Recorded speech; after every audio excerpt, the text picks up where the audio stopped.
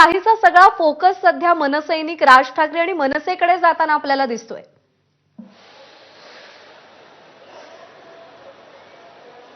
ज्या प्रकारे हा मुद्दा प्रखरतेने राज्यात पोहोचवण्याचं काम दोन पक्ष या महाविकास आघाडीमध्ये करतात, म्हणजे इतर तर पक्ष करतायत, वारंवार मुद्दा उचलतायत, मात्र ज्या प्रकारे आपण मागील काही दिवसांपासून म्हणजे अगदी मागील 3 आठवड्यापासून बघितलं तर उद्धव ठाकरेंनी एक मेळावा घेतला, त्यासोबतच राज ठाकरेंनी 2 मेळावे घेतले आणि ज्यामध्ये प्रखरतेने हा मुद्दा मांडला।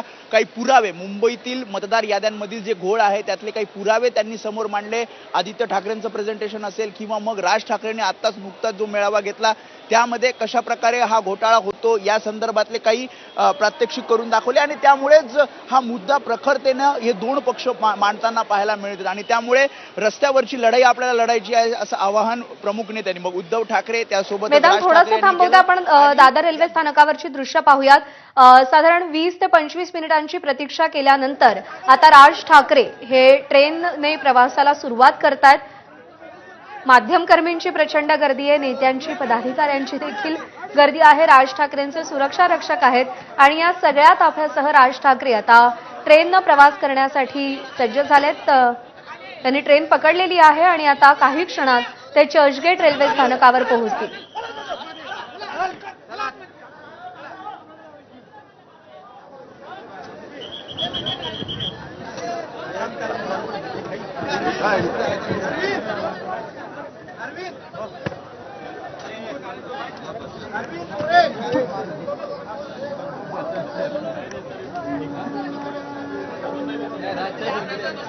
सर्वसामान्य मुंबईकरांचं रोजचं जीणं कसं असतं, लोकल प्रवास कसा असतो याचा अनुभव आज राज ठाकरे घेतायत। लोकलच्या या डब्यामध्ये सध्या गर्दी आहे, माध्यमकर्मी आहेत, राज ठाकरेंचे नेते आहेत, पदाधिकारी आहेत आणि या सगळ्यांसह राज ठाकरे सध्या प्रवास करतायत। त्यांच्या प्रवासाला सुरुवात झाली आणि काही क्षणांमध्ये ते चर्चगेट रेल्वे स्थानकावर पोहोचतील।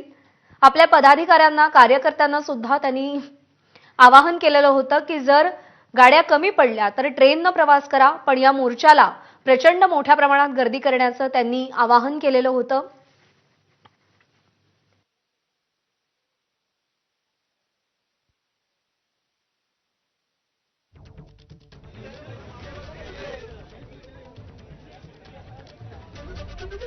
तही काही वेळापूर्वीची दृश्य आपण पाहत होतो, तर आधी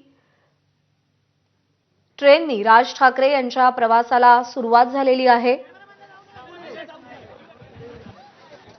राज ठाकरे यांची भूमिका, त्यांचा या मोर्चातला सहभाग हा सध्या अत्यंत लक्ष वेधून घेणारा मुद्दा ठरतोय।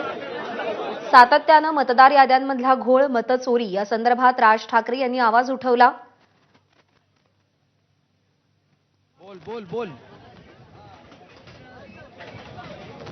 सगळ्यात आधी मुद्दा उचलला तो राहुल गांधी यांनी एक सविस्तर प्रेझेंटेशन देऊन कशा पद्धतीनं मतदार याद्यांमध्ये घोळ आहे हे राहुल गांधी यांनी समोर आणलं आणि त्यानंतर हा मुद्दा महाराष्ट्रातल्या विरोधी पक्षांनी देखील ताकदीनं उचलून धरला। आधी आदित्य ठाकरे यांनी प्रेझेंटेशन केलं, त्यापूर्वी सगळ्या विरोधकांनी एकत्रितरित्या निवडणूक आयुक्त, निवडणूक अधिकाऱ्यांची भेट घेतली, मतदार याद्यांमध्ये कसे घोळ आहेत हे सप्रमाण त्यांच्यासमोर ठेवलं।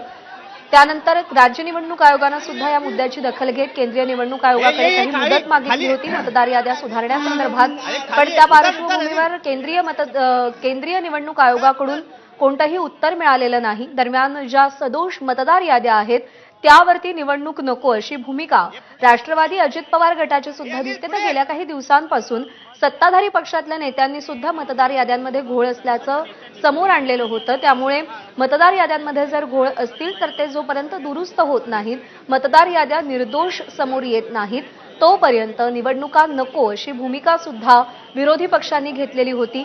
याआधी स्थानिक स्वराज्य संस्थांच्या निवडणुका होत नाहीत म्हणून विरोधक सातत्यानं आक्रमक झालेले होते, सत्ताधारी पक्षावर त्यांनी टीका केलेली होती, पण मतदार याद्यांमधले घोळ समोर आल्यानंतर जोपर्यंत या मतदार याद्यांमध्ये दुरुस्ती होत नाही, मतचोरी संदर्भात कोणताही ठोस तोडगा निघत नाही, तोपर्यंत निवडणुका घेऊ नका अशी भूमिका विरोधकांनी घेतलेली होती। पण त्यांची ही मागणी किती मान्य होते याकडे लक्ष असेल तर दुसरीकडे ही लोकलमधली आपण दृश्य पाहतोय। बाळा नांदगावकर आणि मनसेचे इतर सगळे महत्त्वाचे नेते सध्या लोकलने प्रवास करतायत। लोकलमध्ये सुद्धा मनसेचे स्टिकर्स लावण्यात आलेले आहेत. रेल्वे स्थानकावर फ्लेक्स लावण्यात आलेले आहेत.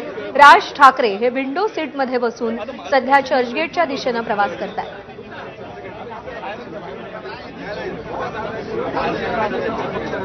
मुंबईमधला नोकरदार वर्ग यांच्या प्रश्नांसंदर्भात मनसेनं कायमच आक्रमक भूमिका घेतलेली आहे आणि आता त्याच मुंबईकरांचं, त्याच नोकरदार वर्गाचं रोजचं जीणं कसं असतं हे सुद्धा हे मनसेचे नेते सगळे अनुभवताना आपल्याला दिसत आहेत. लोकलच्या गर्दीमध्ये वाट काढत हे सगळे नेते सध्या प्रवास करतायत. राज ठाकरे आता मोर्चासाठी रवाना झाले. दादरला ट्रेन पकडून आता ते चर्चगेटला जाणार आहेत. वेस्टर्न रेल्वे, पश्चिम रेल्वेनं ते प्रवास करतायत आणि त्यांच्या प्रवासाची ही दृश्य तुम्ही एबीपी माझावर सध्या पाहताय.